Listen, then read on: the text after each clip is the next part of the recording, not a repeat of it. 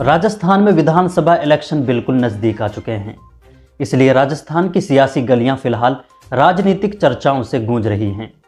Political parties अपने अपने एजेंडे और अपने अपने मुद्दों को लेकर आम लोगों के सामने हैं। आम लोग अपने अपने चहेते कैंडिडेट्स के गर्म और नरम भाषणों का खूब लुत्फ उठा रहे हैं। विधायकों के टिकटों को लेकर अभी भी खास चर्चा बनी हुई है। बीजेपी और कांग्रेस अपने अपने कैंडिडेट्स की लिस्ट सोच समझकर जारी कर रही हैं।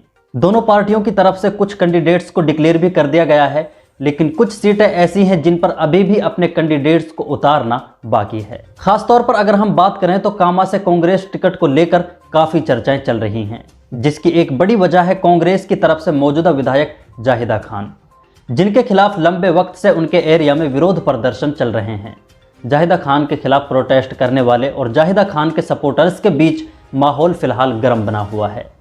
लेकिन कांग्रेस की तरफ से जारी की जाने वाली चौथी लिस्ट में बहुत जल्द ये साफ हो जाएगा कि कांग्रेस की तरफ से कामा विधानसभा से किसे मैदान में उतारा जाएगा।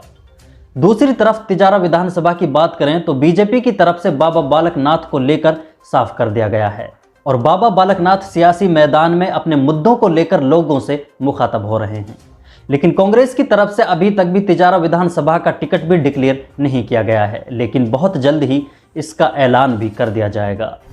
लेकिन अलवर से बीजेपी सांसद बाबा बालक नाथ, जिसे बीजेपी ने तिजारा विधानसभा सीट से मैदान में उतारा है, उसने फिलहाल लोगों से मुखातब होते हुए एक ऐसी बात कह डाली, एक ऐसा स्टेटमेंट दे डाला जिस पर फिलहाल पूरे देश में बहस छिड़ी हुई है।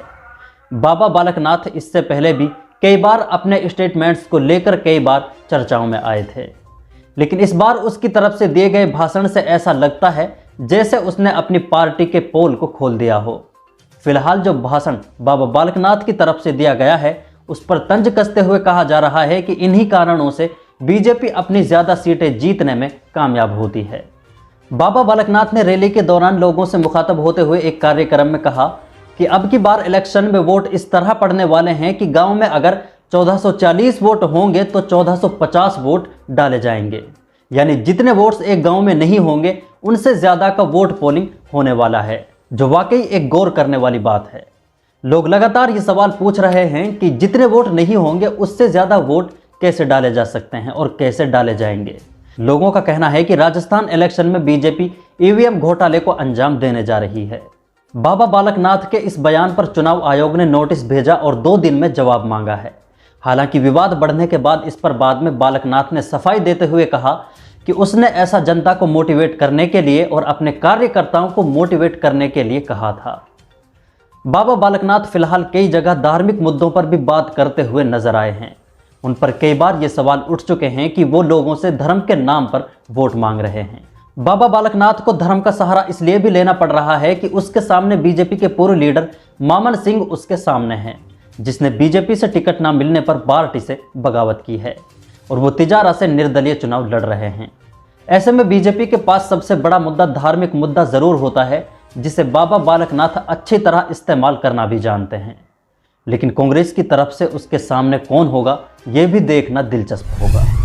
बाबा बालक नाथ के बारे में कहा जा रहा है कि अगर बीजेपी इस वक्त राजस्थान में जीतने में कामयाब रही तो हो सकता है बाबा बालक नाथ राजस्थान के मुख्यमंत्री के रूप में भी देखे जाएं। बाबा बालक नाथ को राजस्थान का योगी कहा जाता है। बाबा बालक नाथ पहली बार सुर्खियों में तब आए जब उन्होंने डीएसपी को धमकी देते हुए कहा कि तुम पुलिस की वर्दी में सबसे बड़े गुंडे हो।